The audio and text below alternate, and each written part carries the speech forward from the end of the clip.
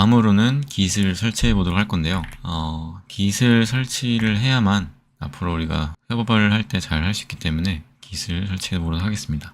깃을 설치할 때는 이렇게 깃 홈페이지에서 깃 설치 파일을 이용해서 깃을 설치하면 되고요. 호텔에서는 이렇게 명령어를 통해서 할 수 있는데 이렇게 하는 게 저는 편한 것 같습니다. 웬만하면 디폴트로 하면 좋을 것 같고요. 추천해주는 거는 웬만하면 추천해주는 걸 쓰면 좋습니다. 저 마스터 브랜치 이거 너무 까다로워서 요즘 메인 브랜치 많이 쓰거든요. 메인 브랜치로 하겠습니다. 일단 웬만한 건 리커멘드로 하면 좋고요. 그리고 신 서비스 나왔는데 해봐라 이런 식으로 하는데 저는 약간 관련이 있는 내용이어서 이걸로 하겠습니다. 웬만한 건 디폴트로 하면 좋습니다. 네, 이런 식으로 설치를 하고 있고요. 네, 이렇게 깃을 설치를 완료했고요. 잘 설치가 되었다고 합니다. 깃을 설치를 했으면은 깃이라는 게 무엇이냐에 대해서 좀 얘기를 하면 좋을 것 같은데요. 깃이라는 게 무엇이고 왜 깃을 써야 되는지에 대해서 얘기를 해봅시다. 일단은 깃이라는 것은 깃의 정의는 버전 관리 도구이거든요. 형상 관리 툴이죠. 내 소프트웨어의 형상을 유지해서 버전 컨트롤을 가능하게 해주는 그런 소프트웨어라고 할 수 있는데, 이제 많은 사람들이 깃과 깃허브를 많이 헷갈리지만은 깃허브는 어떻게 보면 그냥 저장소일 뿐이고요. 핵심은 깃입니다. 그래서 깃이 내 로컬 컴퓨터에 있는 파일 변환을 추적을 해주는 것이고, 그 추적된 결과를 토대로 그것이 원격 저장소에 업로드 되게 되거나 원격 저장소를 이용하지 않더라도 내 로컬 저장소에서 잘 활용해서 내가 이전에 작업했던 결과물 또 지금 작업하고 있는 결과물을 배포할 수 있게끔 하거나 아니면 두 작업물을 병합할 수 있게끔 하는 그런 것을 해주는 것이 깃이고요. 내 컴퓨터에서 열심히 작업을 했어요. 작업을 했는데 다른 사람들한테 내가 열심히 작업한 결과물을 날려줘야 할 때도 있겠죠. 근데 많은 사람들이 메일을 쓰거나 카카오톡을 보냅니다. 카카오톡으로 이런 식으로 test.ymb 이런 식으로 보내요. 근데 이제 그렇게 보내다 보면은 이 파일이 언제 작성된 파일인지 알기 어렵고 또 덮어 씌우다가 내가 작업한 파일이 날아가는 경우도 있고 그런 불상사가 많이 발생을 합니다. 그래서 이렇게 깃을 이용해 가지고 형상 관리를 하는 것이고요. 일단 간단하게 깃이 어떻게 동작을 하는지에 대해서 설명을 하겠습니다. 일단은 몇 가지 명령어가 있는데요. 일단 git add라는 명령어가 있습니다. git add는요, 내가 현재 작성한 파일을 git에 태워서 이제 git 그 플로우에 내가 작성한 파일을 한번 저장하는, 그래서 올려 태워보내는, 탑승시키는 그런 느낌이라고 생각하시면 되거든요. 그래서 내가 이 테스트에 열심히 작성해가지고 이거 작성한 파일은 앞으로 수정하지 않을 것 같아. 아니면 내가 지금까지 작성한 버전을 기록하고 싶다. 요즘 예를 들면 이제 수정 1 이런 느낌인 거죠. 그걸 이제 git add 뒤에 이제 파일 이렇게 해가지고 git에 태웁니다. 태우게 되면은 이제 git이라는 이 소프트웨어는 이 파일을 저장을 하게 되고요. 그 시점에서 이제 커밋이라는 걸 하면은 이 스테이징이라는 그 아까 태운다고 표현하고 있는 그런 공간에 여러 파일들이 이렇게 저장이 되어 있을 텐데 이 시점을 딱 기록을 합니다. 이 기록된 시점을 가지고 커밋을 하게 되면은 커밋한 시점을 기준으로 내가 이전에 작업했던 결과물들이 딱 스냅샷이 찍히는 것이고요. 이렇게 스냅샷을 찍힌 것들 기준으로 git push를 하게 되면은 원격 저장소에 내가 커밋한 내용들의 파일 목록들을 업로드하게 됩니다.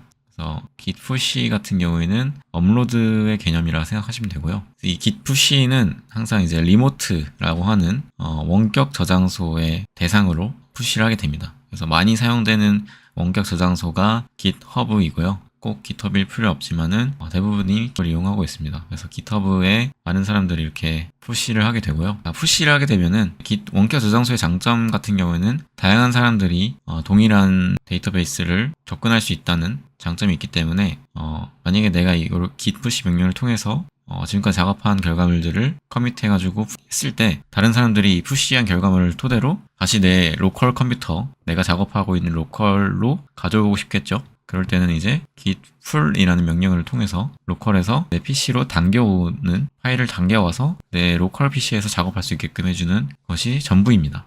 그래서 이것이 git의 아주 기초적인 것이고요. 또 개발 방법론 쪽으로 나가게 되면은 다양한 git flow 전략이 있겠지만은 아직까지는 거기에 연연하기보다는 이런 git의 원리에 대해서 이해를 하시게 되면은 앞으로 협업하는 데 있어서 도움이 될 것 같습니다. 그래서 git 간단하게 첫 번째 커밋은 어떻게 하는 것인지 함께 실습을 해보도록 하겠습니다. 바탕화면에 새 폴더를 만들고요. git test라는 폴더를 하나 만들었습니다. 여기에 이제 터미널을 하나 열어볼까요?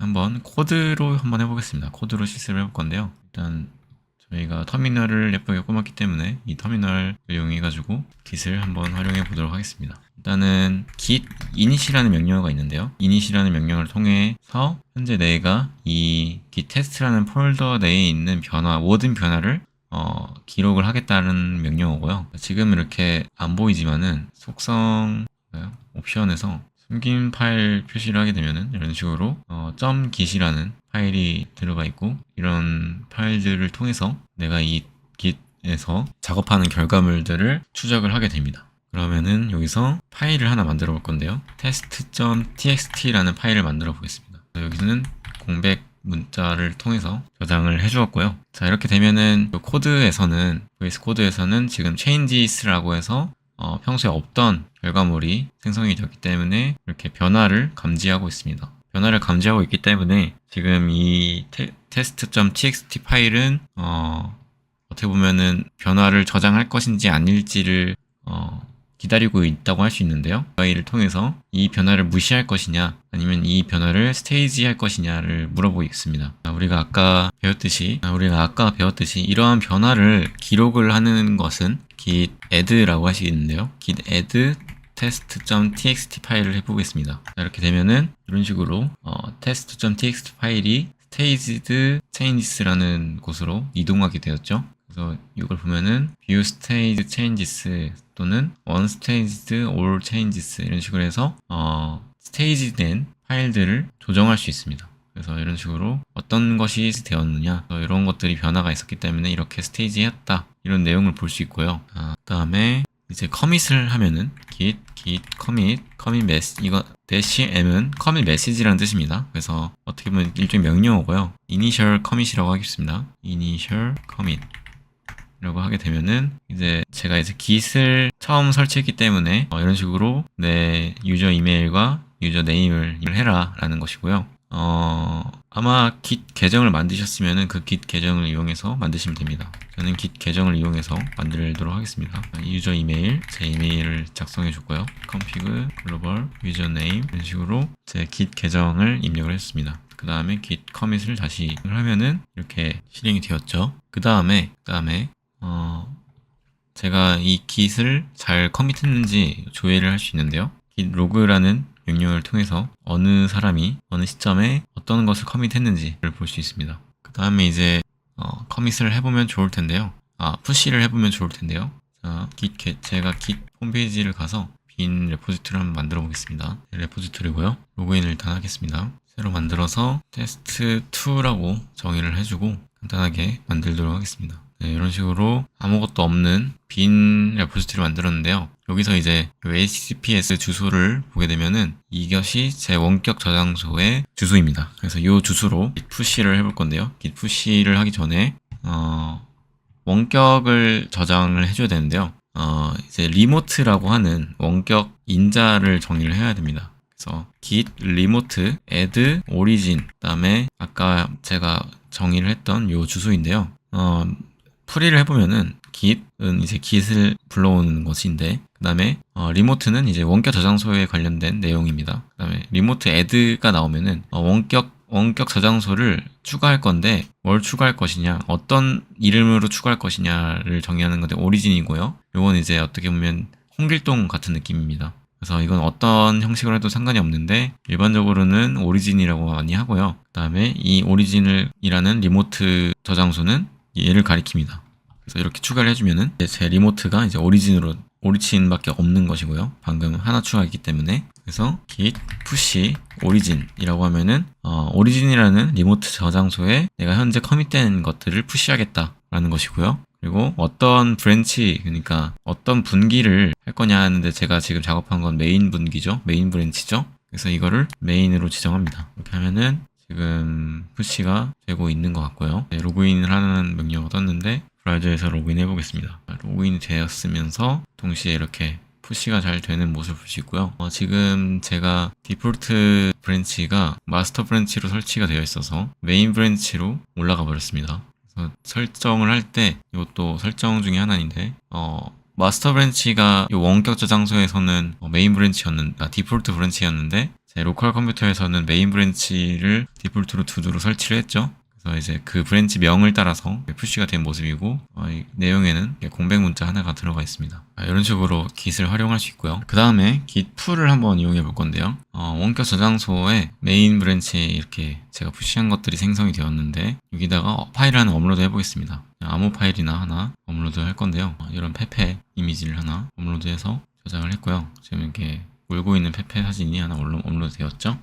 그러면은 그 다음에 git 풀 명령을 쓸 거고요. 오리진 하고 메인이라고 해서 메인 브랜치에 있는 내용을 가져오면은 이런 식으로 페페 사진이 저장 잘 다운로드 되는 것을 볼 수 있고요. 그 다음에 제가 이 내용을 git 연습이라고 해서 저장을 하게 되면은 다시 이렇게 변경된 사항이 이렇게 표시가 되게 되고요. 이렇게 파일을 통해서 이렇게 스테이징 할 거냐 안 할 거냐 스테이징 한 다음에 커밋 메시지를 입력을 하고 커밋을 하고 publish branch main으로 하게 되면은 git 푸시를 하게 된 것이고요. 그래서 새로 고침하면은 이렇게 git 연습이라는 커밋 메시지와 함께 내용은 연습으로 바뀐 모습을 볼 수 있습니다. 그리고 중요한 것 중에 하나가 git VS 코드 익스텐션을 보게 되면은 git이라고 검색을 해보면은 다양한 익스텐션이 많이 나오는데요. git 히스토리나 git 그래프를 설치하게 되면은 제가 어떤 형태로 git을 사용하고 있는지 이렇게 이런 식으로 그래프로 형태로 보여주기 때문에 잘 헷갈리지 않을 수 있고요. 내가 실수를 하더라도 이렇게 돌아갈 수 있거든요. 이런 식으로 진행을 하면은 좋을 것 같습니다.